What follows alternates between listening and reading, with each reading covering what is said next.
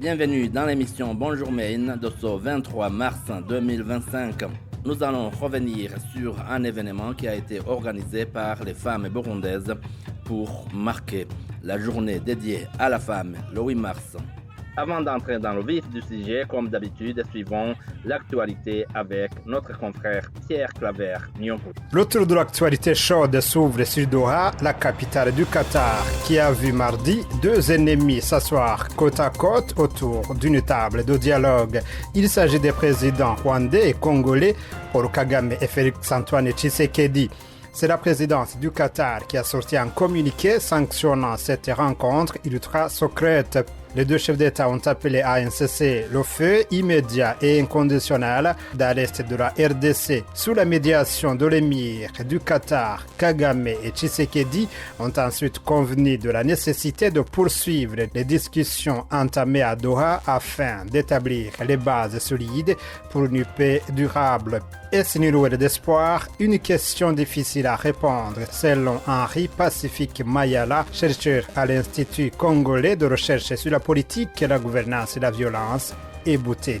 Cette nouvelle nous est tombée dessus en grande surprise, mais disons que d'une certaine façon, ce n'était pas tout à fait inattendu parce que, disons que depuis un temps, Doha a quand même montré sa volonté à jouer un rôle de médiateur dans ce conflit qui oppose le Rwanda au Congo. Nous savons que la première tentative, c'est plutôt le gouvernement congolais qui a plus ou moins douté de converger vers Doha, suite à la proximité qui n'est pas à démontrer du Qatar au vu des investissements que ce pays détient du côté rwandais.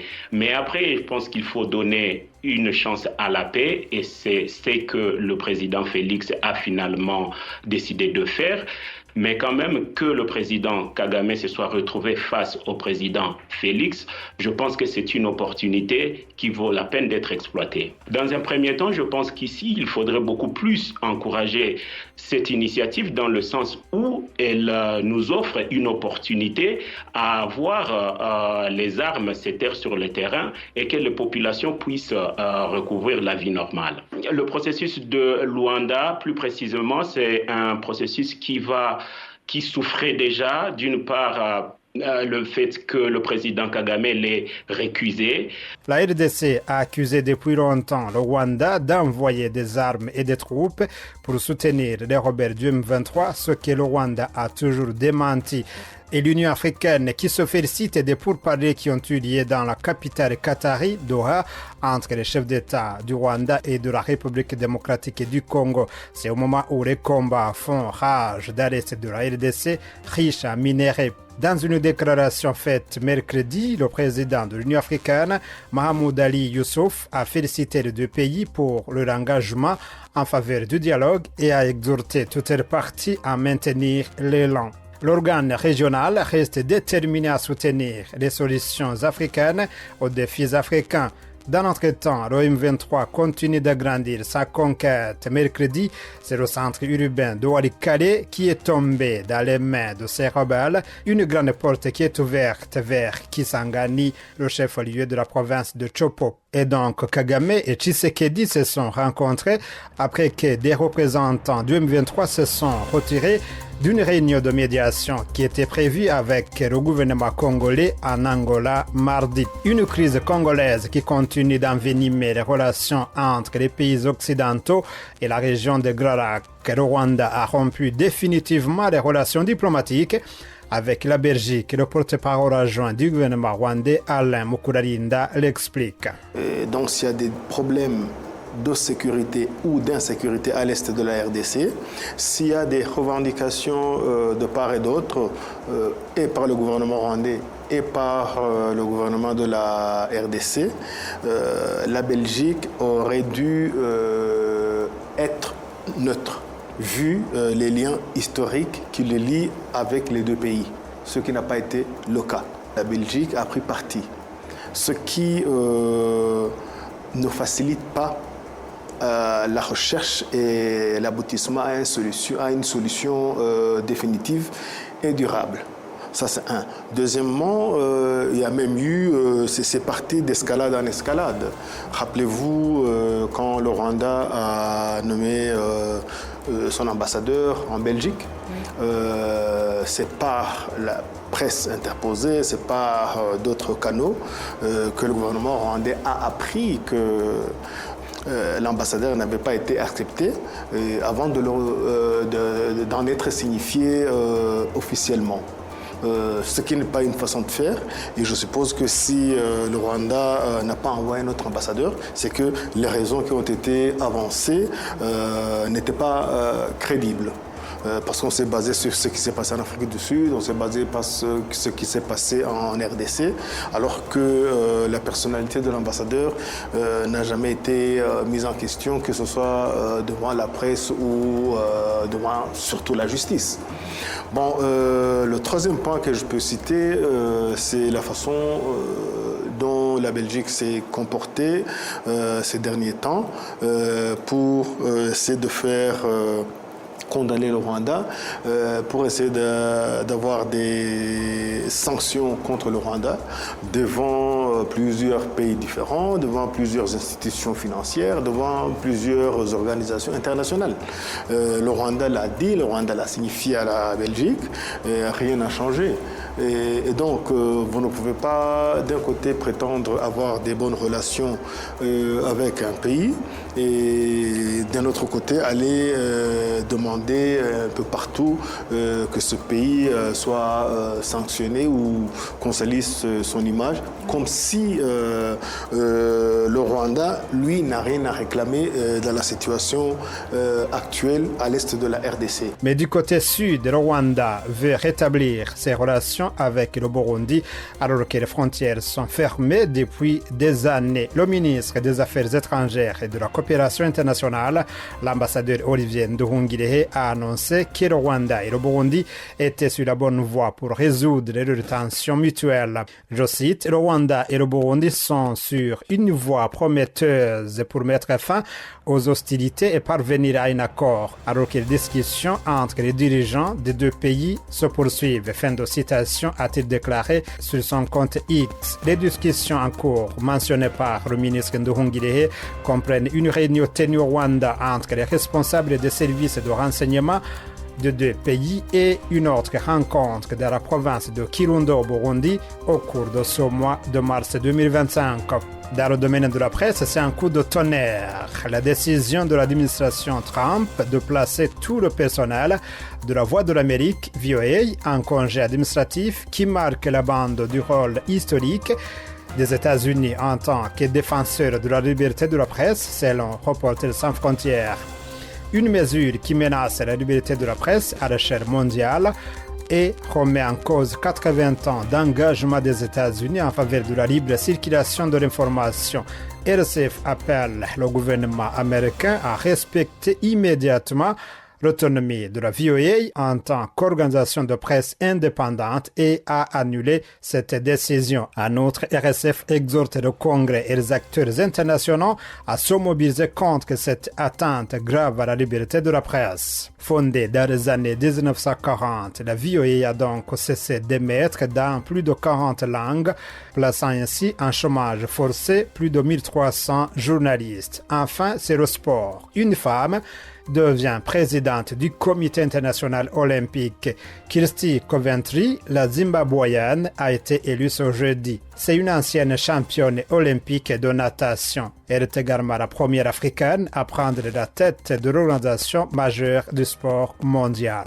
Constantiana Nzeye a eu l'initiative d'organiser des rencontres entre Burundaises du Maine et ne s'attendait pas à ce qu'elle soit aussi intéressée. C'est en 2021 que cette ancienne employée de l'une des banques les plus connues au Burundi a organisé son premier événement. À l'époque, elle a dû compter sur le soutien de son mari, qui l'a aidé à contacter des organisations, surtout à but lucratif, gérées par des compatriotes, pour demander un sponsor. 4 ans plus tard, elle arrive difficilement à trouver une salle qui les accueille, tellement elles sont nombreuses à s'attacher à la fête du 8 mars.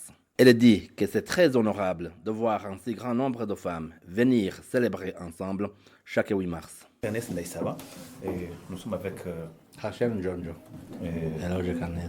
Nous vous rencontrons ici et à l'occasion de la célébration de la journée de la femme. Est-ce que vous pouvez nous présenter et nous dire comment vous avez organisé cet événement?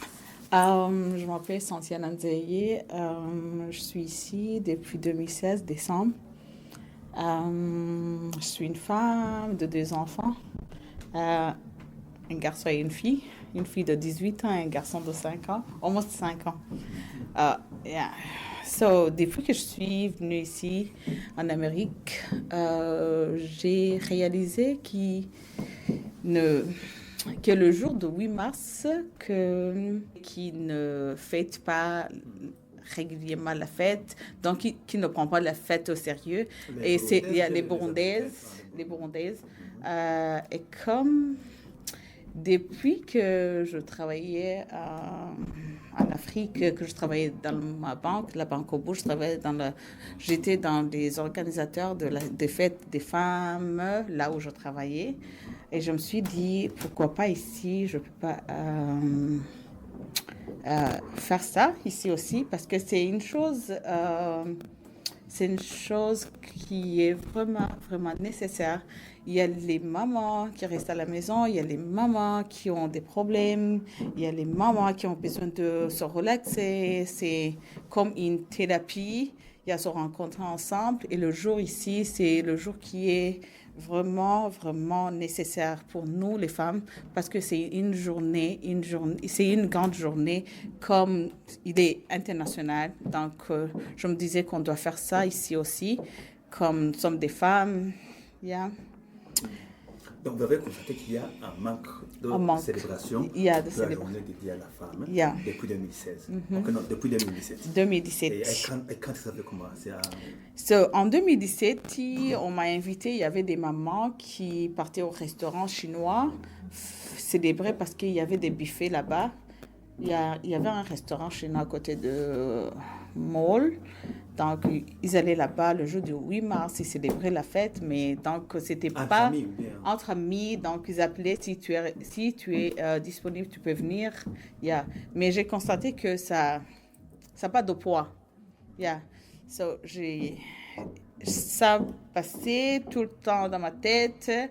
Un jour, je me suis dit, je vais appeler quelqu'un pour lui demander si on pouvait faire quelque chose ici, comme une grande fête. C'est pas une organisation, on est des Burundais seulement. C'était quand? C'était en 2021, j'ai proposé ça. Et puis j'ai reçu au moins 4 filles. Il y a Ninette, il y a Bélise qui n'est pas ici, il y a Délicia. Je les ai appelées, il y a une autre qui s'appelle Inès. Moi, j'ai appelé Bélise. Bélise, il a dit, j'ai des autres amis, je peux les contacter. C'est Bélise et Ndaïchimiye. Et puis, c'est là-bas qu'on a commencé. On a comme comité ou bien comme une comité d'organisation. Je suis partie voir mon mari, je lui ai expliqué ce que je vais faire. Il a dit, Santiana, comme ça demande beaucoup d'argent, c'est pas facile de dire aux gens de contribuer, quelque chose comme ça. J'ai essayé de contacter parmi les compagnies burundaises. Les compagnies burundaises, donc il y a... Inha Presence, par exemple. Inha Presence, par exemple. Je suis partie là-bas, j'ai écrit une lettre de sponsor, et avec mon mari qui m'a aidée, on a écrit une lettre de sponsor, et puis j'ai donné, comme ils ont vu que c'est quelque chose de nécessaire, donc ils nous ont donné un peu de fonds. Pour commencer. Où ça? Ici, il y a Safe Residential Care, il y a SRC, il y avait Ubuntu Care, il y avait Apex. Donc, ce sont des compagnies, donc les boss, ce sont des Burundais. Comme c'était la fête des Burundaises. Vous avez écrit en tant qu'individu ou bien en tant que... Non, j'ai écrit en tant que les Burundaises. Je n'ai pas écrit au nom des Burundaises. Au nom des Burundaises. Le comité des 4 où vous êtes rencontrés, il n'y a pas eu de... production et de... Non. C'est l'initiative. C'était juste une initiative. En 2021. Et, oui, et puis on nous a répondu facilement. Et puis on a commencé à faire la fête. La première fête, on a invité les panélistes. Donc il y avait comme au Burundi Star Coffee. Il y a Burundi Star Coffee, donc pour expliquer avec empowerment. Il y avait la dame Claudette, Madame Claudette. Yeah. Il y avait Madame Ninette aussi, elle avait parlé. Et puis, la fête avait commencé par là-bas. Donc, ils ont été très intéressés, les Burundaises. Donc, c'est là où on a continué, on a créé un groupe à côté, comme les Burundaises, juste pour organiser. Donc, il n'y a pas quelque chose de... une grande comité. Donc, c'est les organisateurs. Mais si on a besoin des aides à propos d'organiser la fête, on les appelle, on écrit juste un message dans le groupe et puis je dis, ceux qui sont disponibles, ils peuvent venir nous aider juste pour acheter des choses. Et c'est là-bas qu'on a commencé depuis aujourd'hui. 2021, 2022, 2023, 2024 aussi, 2025. Comment est votre organisation maintenant? Et vous avez un comité, vous êtes au niveau de l'état de Maïn ou bien comment vous travaillez? Non, maintenant, ce que je vois, c'est que plus le temps passe, plus ils sont très intéressants. Donc, on a commencé avec 100 personnes. Ils étaient 60 ou 80. L'année passée, avant l'année passée, c'était 80. Mais maintenant, aujourd'hui, on n'avait pas beaucoup de place. On n'a pas reçu donc une grande place pour faire la fête, mais c'est cette place qu'on a eue, donc c'est pas une grande place, donc ça demandait 100 personnes, donc il y a des gens qui voulaient venir. Donc plus le temps passe, plus les gens, plus les gens ils veulent venir donc célébrer la fête, parce que donc. Alors pour le moment. Vous arrivez au point d'inviter des gens qui viennent de l'extérieur, du Canada, tout ça. Comment est-ce que vous êtes organisé pour faire ça? Bien, on les invite, on les propose parce qu'on ne les demande rien. Ils ne demandent rien, juste une proposition. Donc, il y a des gens qui travaillent dans le droit de la femme, qui ont des expériences plus que nous. Juste, c'est juste, on les amène juste pour faire connaître, savoir beaucoup plus, mais c'est juste pour occuper les gens ici, chercher des choses à faire. Parce que là, on annonce on a beaucoup d'informations. Il y a des gens ici qui ont beaucoup d'informations, qui travaillent à gauche, à droite, parce que si c'est comme vous n'êtes pas dans le groupe. Je pourrais vous dire, il y a des gens qui nous envoient les messages pour nous dire, il y a un training là-bas, il y a quelque chose, il y a une sponsor. Oui, c'est juste une communication. Le groupe là, c'est juste une communication. Est-ce que toutes les femmes burundaises sont dedans ou bien Non, c'est pas toutes les femmes burundaises. On essaie de faire la communiquer toujours pour qu'ils entrent dans le groupe. Si je comprends bien, en dehors de ces événements que vous organisez, ces rencontres, c'est que aussi vous partagez les opportunités entre Burundaises. Oui, on partage entre Burundaises parce que pour le moment, parce que c'est comme le BECAM. C'est BECAM, mais c'est sur les femmes. Nous, c'est une côté des femmes. Une côté des femmes. Donc, on a créé le groupe à cause du 8 mars. Okay. C'était pas... Donc, l'objectif, c'était de fêter la fête du 8 mars, de donner le poids. Donc, donc le jour-là, qui ne passe pas inaperçu ici, parce qu'on a beaucoup de gens qui partagent. Et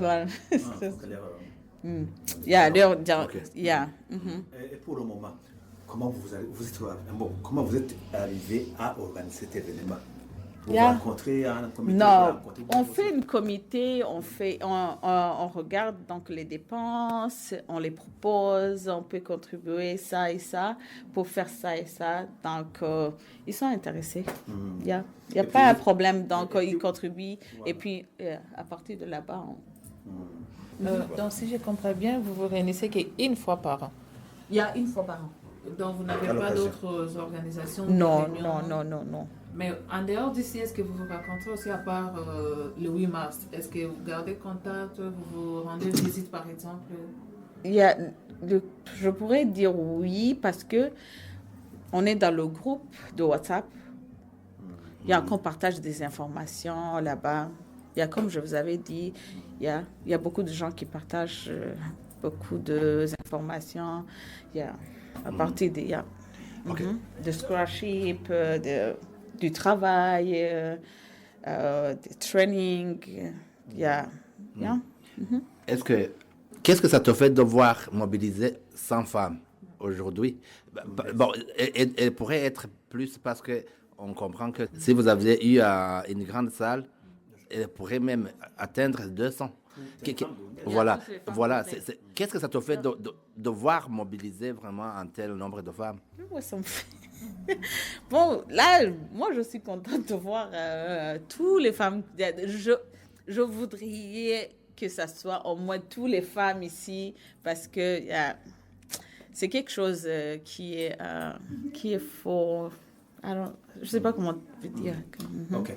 Est-ce que vous comptez vous enregistrer en tant qu'organisation reconnue par les droits de l'État d'Amérique? Vous allez rester comme ça? Non.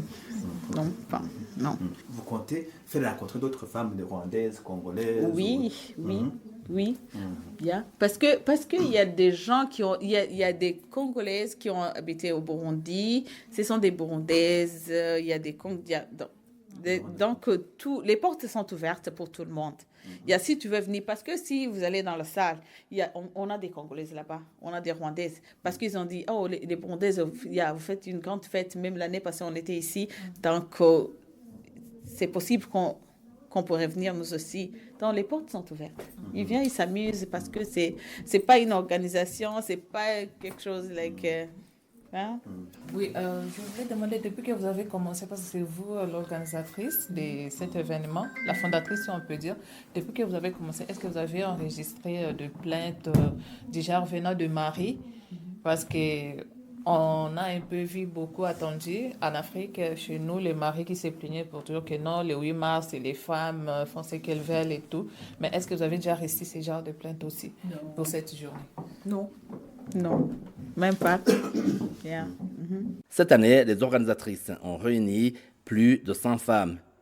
Elles pouvaient recevoir le double et même le plus si elles n'avaient pas limité les inscriptions faute de salle, car dans le groupe WhatsApp où elles se partagent les informations, les demandes étaient aussi nombreuses que les inscriptions. Parmi les participantes, Annick Nzeimana, une ancienne présentatrice d'une radio chrétienne de renom, la radio Ivzizigiro, émettant depuis Bujumbura, la capitale économique du Burundi. Elle rappelle que dans certaines sociétés, contrairement à la société américaine, une certaine opinion pense que la femme est limitée dans ses actions, ce qui n'est pas vrai.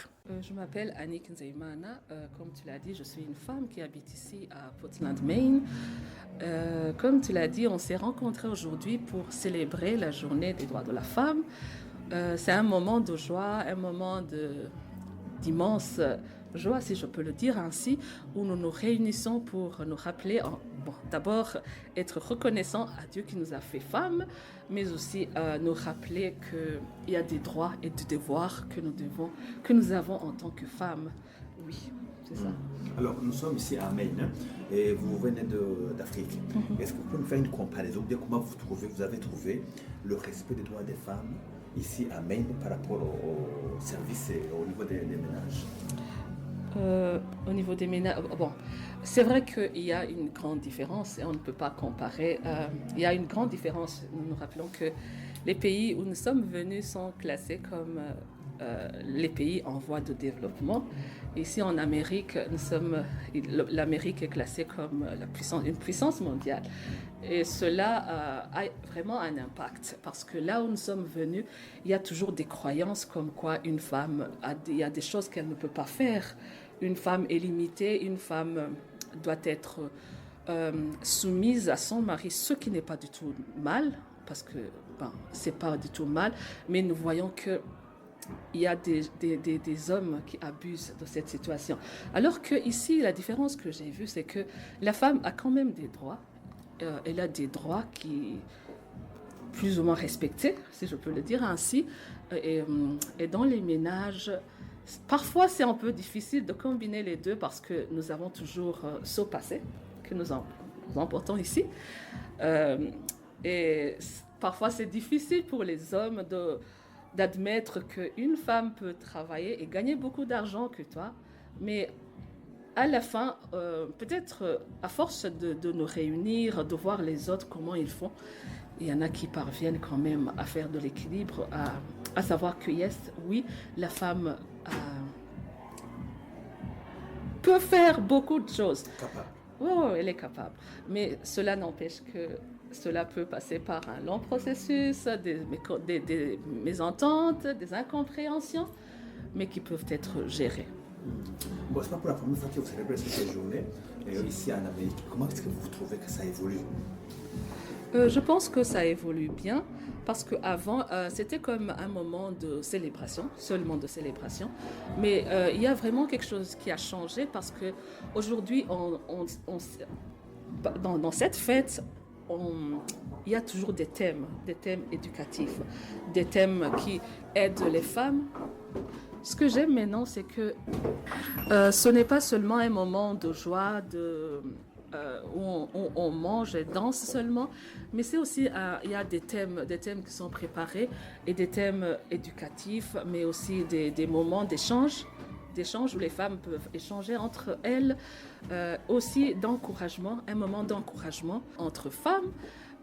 Pour moi, c'est vraiment quelque chose de bien parce que c'est pas seulement une fête où on célèbre comme ça, mais je crois qu'à la fin de chaque réunion que nous organisons, chaque réunion des femmes, il y a toujours quelque chose que nous gagnons de ce rencontre, quelque chose de positif. Par rapport à la lutte que les Burundaises, la façon dont elles le font, et par rapport à ce que tu as été tu es ici maintenant, et vous avez des points. Donc, comment mesure pour voir comment ils luttent pour leurs droits et pour leur dignité? Quand même, on peut pas dire que c'est la même chose parce que nous sommes dans un État où je dirais qu'ils privilégient la femme et pour eux, ils sont toujours en train de combattre pour que leur voix soit entendue, soit comprise. On dirait que pour elles, c'est un peu différent parce que ils sont toujours à ce stade où elles sont toujours à ce stade où elles doivent convaincre les gens qu'elles sont capables de faire ceci. Elles sont toujours en train de réclamer justice pour elles aussi, pour avoir un bon travail, pour gagner de l'argent et aussi pour être indépendante financièrement, si je peux le dire. Ce qui est totalement différent ici, parce que ici quand même, chacun... il y a, comme je l'ai dit, il y a des droits. Les femmes ont des droits et ces droits sont respectés. Et aussi, les femmes ont des devoirs et l'État a mis en place des choses qui peuvent quand même aider la femme à atteindre son rêve, à faire ce qu'elle désire de faire. Vous avez des barrières ou des difficultés que vous rencontrez dans le processus de lutte pour votre dignité, pour votre droit? Il y a toujours des difficultés ou des quoi. Mais peut-être pour nous qui sommes venus de l'Afrique, la première chose est le changement de mentalité. Parce que nous avons une façon, on a grandi d'une façon, il y a une manière qu'on avait de penser et de voir les choses. Surtout il y a la culture. Oui, la culture aidante, la culture étant là, mais aussi il y a des façons, comme on a grandi, on a vu comment nos mères se sont comportées. Et c'est toujours un peu contradictoire parce qu'on veut s'adapter à vie d'ici, mais aussi on a ce passé-là. Et c'est pas toujours évident. C'est un combat tous les jours, un combat pour les ménages, les gens qui sont venus de chez nous, pour pouvoir atteindre cet équilibre. Avec les hommes avec qui vous causez, et vous trouvez qu'ils acceptent, qu'ils comprennent votre lutte pour votre droit, pour votre dignité? Oui, la plupart des hommes commencent maintenant à comprendre cela parce qu'ils sont dans un environnement un peu différent de là où nous sommes venus. C'est vrai qu'on ne peut pas dire que tout le monde a une façon de voir qui est... ils n'ont pas la même façon de voir. Il y a toujours des difficultés à des hommes qui ne comprennent pas encore que la femme peut faire beaucoup de choses, mais quand même, c'est pas comme chez nous. Et ici, ils côtoient des gens d'ici qui leur expliquent. Et aussi, il faut admettre que la façon dont on vivait là-bas avec les gens qui aident à la maison est un peu différent. Et à la fin, les hommes commencent à dire, c'est vrai que j'ai besoin de la femme, j'ai besoin de la voir épanouie, heureuse et qu'elle peut travailler. Et si elle travaille, le ménage sera mieux financièrement. Donc, il y a quand même des choses qui encouragent les hommes ici à mieux respecter les droits de la femme. Dans cette élite, il n'y a pas des femmes qui dépassent le mythe ou bien qui agissent d'une façon un peu maladroite. Oui, il y a toujours. On ne peut pas dire que tout est parfait. Évidemment, il y a des femmes qui exagèrent un peu parce que peut-être elles sentent qu'elles ont été privées de leurs droits pendant longtemps et elles peuvent exagérer dans la lutte elles peuvent exagérer dans la manière dont elles réclament cela. Et c'est pourquoi, d'ailleurs, il y a toujours ces moments de rencontre pour nous rappeler nos droits, mais nos devoirs, mais aussi nos limites. Parce que c'est vrai qu'on peut tout faire, mais il faut aussi respecter les autres, les droits des autres, les droits des hommes. Oui. C'est justement pour éviter ces dérapages que les femmes se rencontrent et se réunissent. Et pour les jeunes filles, les enfants, vous avez un message à leur donner dans le cadre de lutte pour leur bien, pour organiser votre activité, votre lutte? Pour les filles qui sont ici, je leur encouragerai à d'abord à croire en elles, à croire qu'elles peuvent faire beaucoup de choses, mais aussi à ne pas tout copier. Parce qu'il y en a qui peuvent tomber dans la confusion et ne plus savoir quelle identité elles ont. Essayez de prendre de bonnes choses de ce pays-là où nous sommes maintenant, mais aussi ne pas oublier là où nous sommes venus, notre culture. Parce que aussi, il faut admettre que notre culture avait beaucoup de bonnes choses.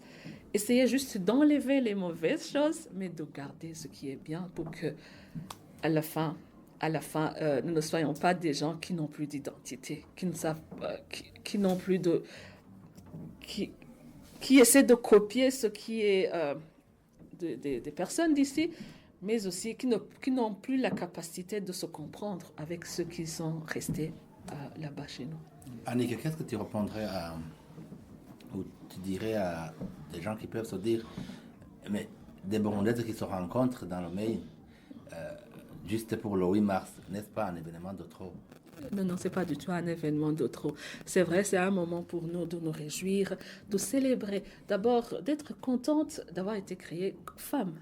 Parce que nous savons que Dieu n'a pas commis d'erreur et il nous a créé femme pour une raison. C'est un moment de joie et de célébration. Mais c'est aussi un moment, pour moi, c'est un moment de rappel. Un moment où dans ces fêtes-là, nous avons des thèmes. Et des thèmes qui nous aident qui nous éduquent, si je peux dire ainsi.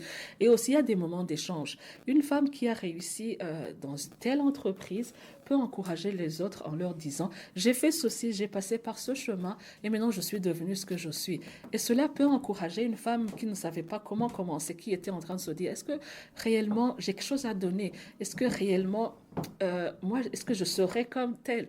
C'est un moment d'encouragement, c'est un moment de partage, c'est un moment de célébration, c'est vraiment un moment extraordinaire pour nous les femmes et c'est pas du tout un moment de trop. Vu qu'aujourd'hui on est venu, c'est vous avez parlé des Burundaises, c'est une organisation uniquement pour les Burundaises. Alors, est-ce que ça vous a déjà traversé l'esprit d'essayer de faire une organisation seulement pour toutes les femmes, pas seulement de votre communauté, venir célébrer toutes les femmes, peu importe la communauté ou pas? On a commencé par d'abord nous réunir entre nous parce que d'abord on ne se connaissait pas. Nous sommes venus chacun de son côté. Il y en a qui ne se connaissent pas. On a commencé à nous mettre ensemble, nous d'abord en tant que Burundaises, et nous connaître et établir des lois, établir des principes. Et après cela, on aura quelque chose à donner aux autres. Mais pour le moment, on était toujours en train de, si je peux dire, de nous entraider, d'établir des lois, si je peux le dire ainsi, mais aussi de nous édifier toujours, nous d'abord, et après, peut-être qu'on sera prête pour célébrer aussi avec toutes les femmes. Et si on passait à d'autres femmes qui sont en Afrique, parce que nous venons toutes de là et on sait comment la journée de 8 mars a vraiment perdu son sens en Afrique, parce qu'il y a eu tellement beaucoup de choses, tantôt pour d'autres raisons, mais ils ont dit c'est une journée que les femmes profitent, par exemple, pour faire n'importe quoi et tout. Et ça a vraiment perdu sa valeur, cette journée. Mais nous, ici, quand même, on peut dire, nous avons la chance. Nous sommes dans un pays où on reconnaît quand même la valeur de la femme. Nous avons de la valeur, nos droits. Mais est-ce que ça vous est arrivé une fois de penser aussi à comment peut-être redonner encore la valeur de cette journée en Afrique, là où nous venons aussi pour d'autres femmes? Bon, peut-être que ça sera un projet d'avenir.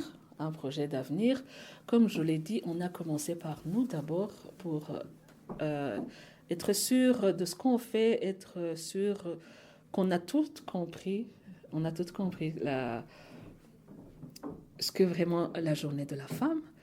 C'est vrai qu'il y a beaucoup de dérapages. Il y en a qui sont toujours, qui croient toujours que c'est une journée pour mettre une belle pagne et peut-être aller dehors, danser seulement. Et peut-être qu'elles aussi, ça peut passer par un autre biais ou bien par d'autres personnes, mais peut-être qu'eux aussi, elles comprendront, elles finiront par comprendre que ce n'est pas seulement une journée de célébration, mais qu'elles peuvent profiter de ce moment pour s'entraider, pour échanger des expériences, pour s'encourager. Vous avez dit quand vous vous réunissez, c'est pour faire connaissance d'autres femmes de votre communauté et tout.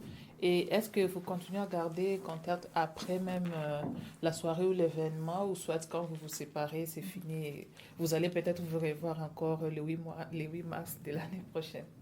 Non, on reste en contact parce que nous avons un cadre où nous nous réunissons, où nous pouvons communiquer par nos téléphones. Il y a des groupes où on crée des groupes, où on peut échanger. Et dans ce groupe-là, on profite pour donner toutes les informations qui peuvent aider la femme, que ce soit dans l'éducation des enfants, l'épanouissement. C'est un endroit où nous pouvons rester en contact, être sûr que tu peux communiquer ce que tu as, mais aussi être au courant de ce qui se passe. Et après, et aussi, il faut dire aussi qu'il y a d'autres moments où nous nous rencontrons pour des événements peut-être différents, mais il y a d'autres moments où nous nous rencontrons. Liliane Luvakubusa est une femme très connue au Burundi pour avoir été parmi les rares Burundaises qui ont créé l'organisation Femmes prises de paix pendant la guerre civile 1993-2005. Ce cadre du 8 mars est une occasion qui l'interpelle, a-t-elle dit à Jambo Africa. Elle est convaincue que les femmes peuvent réussir la réconciliation. Cette ancienne secrétaire générale du CAFOB, le collectif des associations et ONG féminines du Burundi, indique que les droits de la femme ne viennent pas sur un plateau d'or. Et nous vous rencontrons ici à l'occasion de la journée de la femme le 8 mars 2025, ici à Maine. Votre présentation et dans quel cadre vous êtes ici, vous? Je vous remercie. Moi, je m'appelle Liliane Luvakubusa. Je suis résidente du Maine depuis 10 ans. Et dans ce cadre, le cadre de 8 mars, c'est une occasion qui m'interpelle en tant que femme burundaise, avec toute l'historique, comment on a toujours fêté cette fête au Burundi. Donc, quand j'entends qu'il y a une organisation de femmes qui veulent se mettre ensemble pour fêter le 8 mars, ça m'interpelle à plus d'un titre. Dans le passé, au Burundi, j'ai beaucoup contribué à l'avancement de la femme, surtout dans des organisations de recherche de la paix. Parce que, comme vous connaissez, notre pays a connu beaucoup de choses. Comment vous avez fondé au Burundi les organisations de staff? Au Burundi, pendant les années de guerre, dans les années 90, j'étais membre, on a créé une association de femmes éprises de paix et nous essayons de rapprocher les diverses communautés au Burundi pour pouvoir rechercher la paix, pour pouvoir avoir une vision commune de la crise au Burundi. Donc, on recherchait les membres de la communauté. Ce n'est pas un secret pour personne. Les communautés Hutu et les communautés Tutsi, même au niveau des femmes, étaient divisées. Donc, notre objectif était de pouvoir amener les femmes ensemble et pour pouvoir s'entraider et pouvoir contribuer au retour de la paix. Donc, c'est dans ce cadre que j'ai été membre du CAFOB. J'étais secrétaire générale.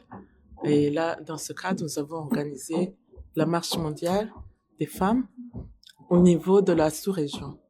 Donc, on est allé jusqu'au niveau de la sous-région, l'East Africa Community. Et puis aussi, on a pu marcher jusqu'à Washington, à New York, pour demander l'égalité de la femme et surtout au niveau de la East Africa Community pour le retour de la paix. Alors, arrivé ici à Maine, l'expérience que vous vivez, comparativement à ce que vous avez vécu au Burundi. Ici, je dois dire qu'il a fallu d'abord qu'on s'intègre. Donc, ça n'a pas été facile. Après l'intégration, quand même, il y a l'association des Burundais, BECAM, il y a la communauté burundaise qui était déjà là. Mais en tant que femme, il n'y avait pas d'organisation. Mais le Women's to Women's, Women's to Women's a démarré il y a, je crois, 3 ans.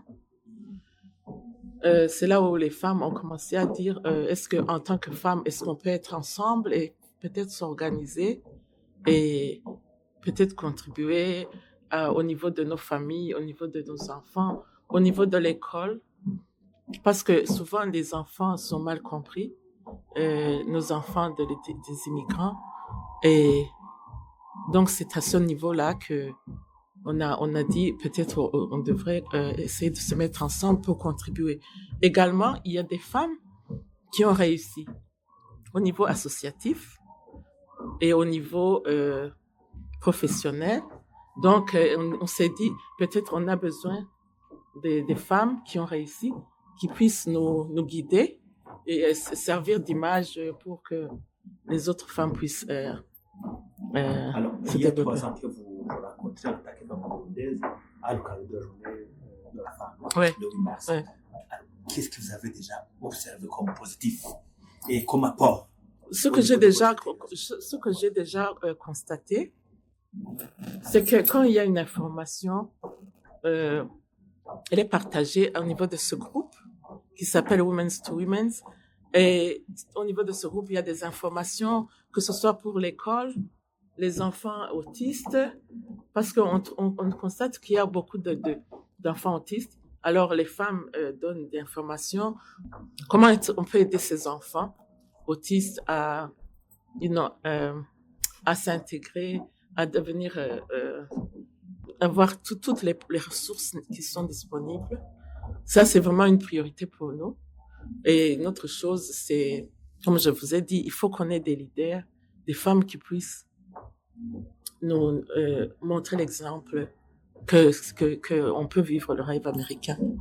Alors, en tant que burundaise, et vous rencontrez à l'occasion de la femme, les communautés rwandaises, congolaises et même américaines. Oui. Vous contactez, vous voyez, ils ont des rencontres parmi, ils font des activités de célébration de cette journée de la femme. Je n'ai pas beaucoup d'informations à ce sujet, mais je crois que parmi nos membres, il y a des femmes qui ont des contacts, avec la communauté américaine. Et aussi, il y a des femmes congolaises, des femmes rwandaises qui sont parmi nous. Oui. Donc, on n'a exclu personne. C'est ce que déjà on était en train de dire. On ne devrait exclure personne. C'est le 8 mars, c'est pour toutes les femmes. Est-ce que vous pensez que la communauté burundaise de Bekam peut avoir une activité particulière qui s'intègre dans ce cadre pour la journée du 8 mars de chaque année? Tout à l'heure, on a donné l'idée que peut-être à ce niveau, c'est bientôt les élections au niveau de Bekam. Alors, certaines femmes ont soumis l'idée que de notre groupe devrait émerger des leaders qui pourraient se présenter au niveau de la présidence de la Bekam dans les élections dans un mois.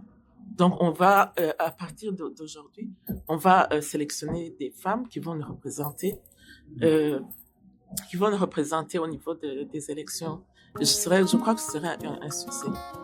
Et vous voyez un programme spécifique pour les jeunes filles burundaises ici à Maine, la promotion de la femme, le droit, au service et dans les ménages? Absolument. Au niveau des ménages, nous avons, comme je t'ai dit, nous avons nos enfants. Nous devons encadrer nos enfants et à pouvoir s'intégrer et à pouvoir garder aussi la culture. Nous sommes garantes de la culture burundaise. Il y a des bonnes choses qu'on devrait pouvoir transmettre à notre génération. Donc, notamment, par exemple, le Kirundi. Il faut que nos enfants puissent pouvoir parler le Kirundi, même si ils sont nés ici. Et aussi les danses, les tambours, tout ça, ce sont des choses qu'on devrait pouvoir transmettre à notre génération. Liliane, quelqu'un pourrait se dire, vous rencontrez à 100 le 8 mars, chaque 8 mars, qu'est-ce que tu répondrais à une certaine opinion qui pense que c'est juste un événement de trop? Je ne pense pas. Ça a été... le 8 mars a déclenché cette rencontre, mais il y a un canal qui est resté vivant, dont le canal de groupe WhatsApp. Et c'est là où je vous dis qu'il y a beaucoup d'échanges d'informations. Il y a aussi, surtout cette façon, les femmes qui partagent des expériences au niveau des enfants autistes, par exemple. Ça, c'est vraiment très important, qui nous tient à cœur, que les enfants puissent bénéficier des ressources disponibles pour qu'ils puissent surpasser ces problèmes. Merci à vous tous qui avez écouté l'émission Bonjour Maine de ce dimanche 23 mars 2025. Je remercie également mes collègues Igoro Ernest Ndeisaba et Hachem Jonjo qui m'ont aidé à la réaliser. À la présentation, vous étiez avec Eloge Willy Caneza. À la prochaine.